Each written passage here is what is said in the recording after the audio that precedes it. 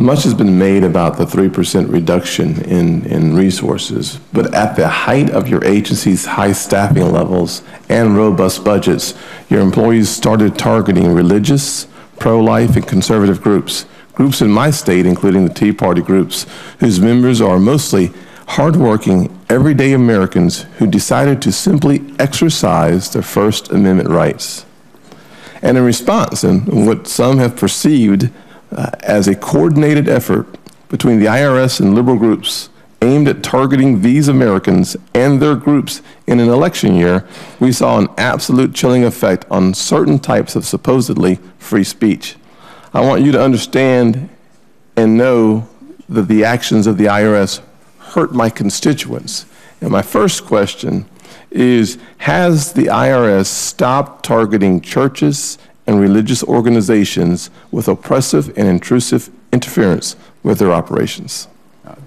I've said from the start, and I think it's a fair question, that those were mistakes that were made. They should never have been made, and they should not be made again. And I have said that we are committed to trying to ensure that the best we can, that taxpayers are confident when they deal with us, wherever they deal with us, that they're going to get treated fairly no matter who they are, no matter what organization they belong to, no matter who they voted for in any election in the past. And we need to be able to do that because it's critical for the confidence of taxpayers in the fairness of the system. And so I am as troubled as anybody else is by the events that took place in 2010.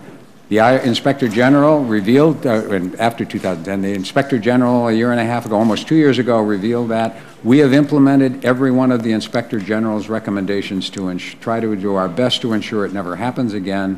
One of those recommendations was to try to clarify the standard that's in the regulations now so that people would have a better, externally and internally, would have a better idea what's permissible, what counts, and what doesn't count.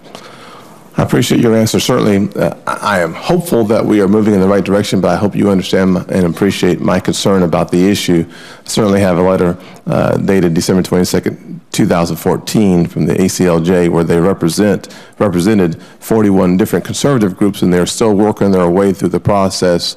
I think all but 5 have received their tax-exempt status. Yes. Unfortunately, some of those groups were in South Carolina, and it took more than 4.5 years to get their tax-exempt status.